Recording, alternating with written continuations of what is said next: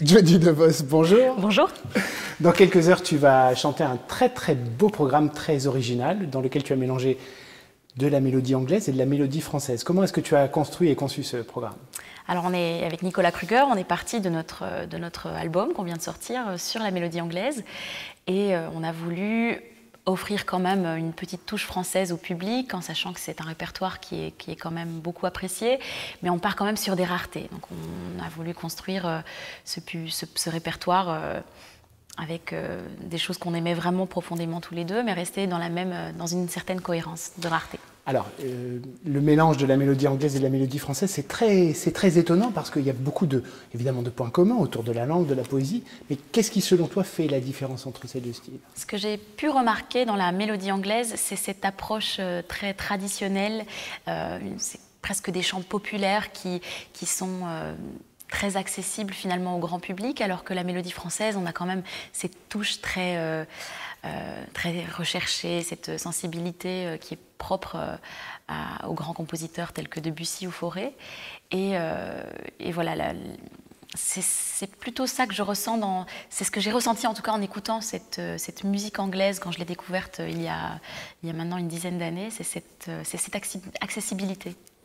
Et dans ton programme, qui est, comme tu le disais, avec beaucoup de rareté, magnifique, certaines que je ne connaissais absolument pas, il y a cette compositrice, Irène Poldowski, Oui. que tu mets à l'honneur. Alors, si tu peux nous en dire un mot? Alors, Irène Poldowski, je l'ai découvert grâce à mon professeur de chant en Belgique. Elle a dédié un disque entièrement aux mélodies de cette femme. C'est la fille de Henri Wieniawski, qui est un très célèbre violoniste.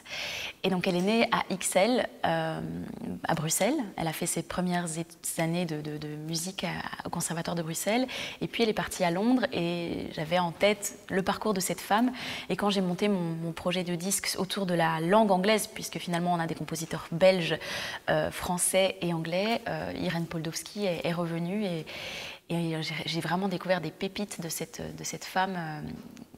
Elle a une façon très particulière d'écrire sa musique, c'est très passionné et c'est très très poétique. Et c'est un destin incroyable. On peut suggérer à Paramount ou Gaumont de faire un film sur la vie d'Irène Poldowski, parce que c'est une vie sulfureuse et incroyable. Elle a eu tellement d'identité, de noms, de destin. C'est une scandaleuse vraiment. Elle a encore beaucoup de musique à nous faire découvrir, je pense. Oui, absolument. Et alors, quand tu chantes la mélodie française, mais aussi l'opéra français, on est évidemment subjugué par ta voix, mais aussi par cette chose qui est très particulière. Et c'est vraiment une question que je vais te poser, c'est pas du tout de la rhétorique.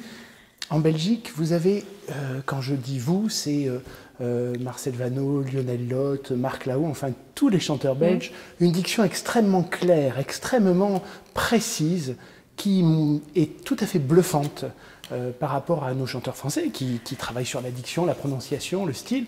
Qu'est-ce qui, pour toi, fait qu'on entend tout de suite la diction claire d'un chanteur belge? Est-ce que ce serait parce qu'on ne se sent pas tout à fait français et donc francophone? On a quand même nos petits défauts d'accent, hein, il faut le dire.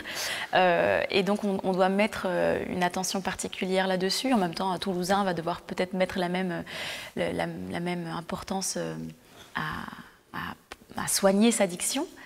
Je pense que ça peut être une des clés. En tout cas, moi, je me rappelle quand j'étais à la Royal Academy, donc j'étais avec énormément d'étrangers, et on avait cette coach française qui nous aidait à bien prononcer. Et j'étais la seule francophone à y aller. Pourtant, on avait d'autres chanteurs francophones, mais elle avait jamais de coaching avec ces chanteurs francophones. Et pour moi, c'était important de bien prononcer, peut-être parce que quand je chantais il y a 3 vies, l'air de Louise, que je ne chanterai plus, évidemment, mais on fait tous des erreurs dans la jeunesse, et que je chantais Depuis le jour. Depuis. On était obligés de me corriger. D'accord. Donc, non, ça c'est peut-être pour l'anecdote, mais c'est vrai que c'est quelque chose qui me tient à cœur.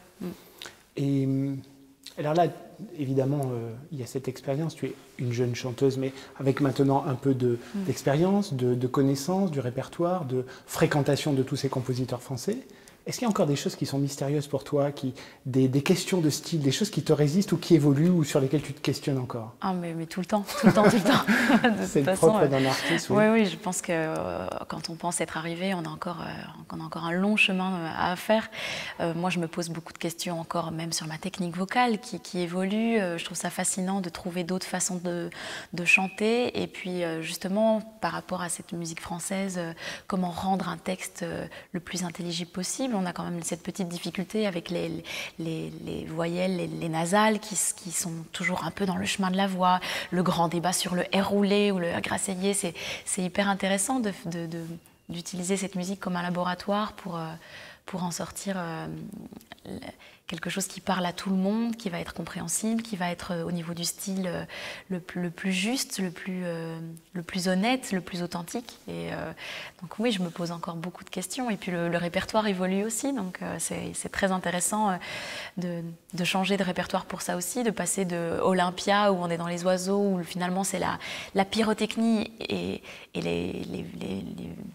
la voltige qui est important, et d'arriver dans Ophélie où la pyrotechnie est là aussi, mais où le personnage a une autre profondeur, où le texte a une autre saveur. Donc oui, il y a encore beaucoup de questions. Bon, et tu dis que la voix évolue, la technique évolue. Quels sont les rôles que tu attends maintenant, qu'on te propose? Alors, c'est pas dans le répertoire français, mais j'ai une grosse prise de rôle l'année prochaine. Ça va être ma première Gilda à l'Opéra de Liège. Donc ça, c'est vrai que c'est un gros tournant pour moi. Et puis à voir aussi si c'est un rôle qui va pouvoir m'accompagner ou pas.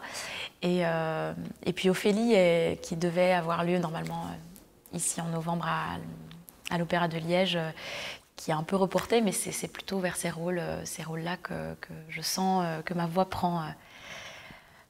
se sent bien, en tout cas, l'Acmé que j'ai chanté ici à Tours pour la première fois et que j'espère pouvoir chanter encore longtemps. Donc être un peu moins dans La Reine de la Nuit, je la laisse à d'autres. Celle-là, je lui dis merci pour ce qu'elle m'a apporté, mais je la laisse à d'autres.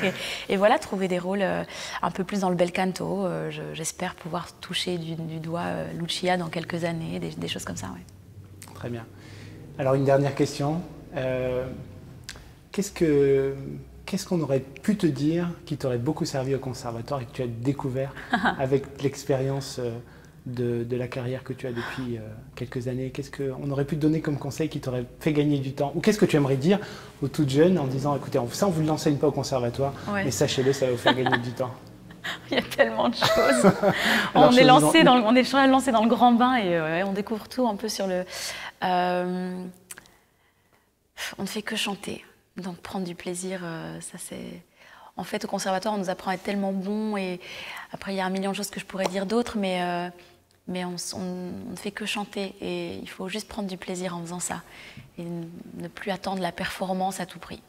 Et ça, j'aurais aimé l'apprendre il y a 10 ans pour qu'aujourd'hui, ça soit intégré. Ouais, c'est intégré, parce que pour avoir eu la joie de travailler avec toi plein de fois, tu es quand même une de ces personnes qui arrivent sur un plateau ou dans un studio avec... auréolé de lumière et de joie et de bonheur et d'enthousiasme, avec tout ce que ça signifie aussi de travail. Mais je crois que si je devais te définir, ça serait ça, ça serait la joie de chanter et la joie de t'entendre aussi. Ouais. Merci beaucoup. Je dis merci d'être avec nous, à très bientôt. Merci. Je suis très heureuse d'être là. Mais merci oui, beaucoup. on est très heureux que tu sois là. Merci beaucoup, Jody.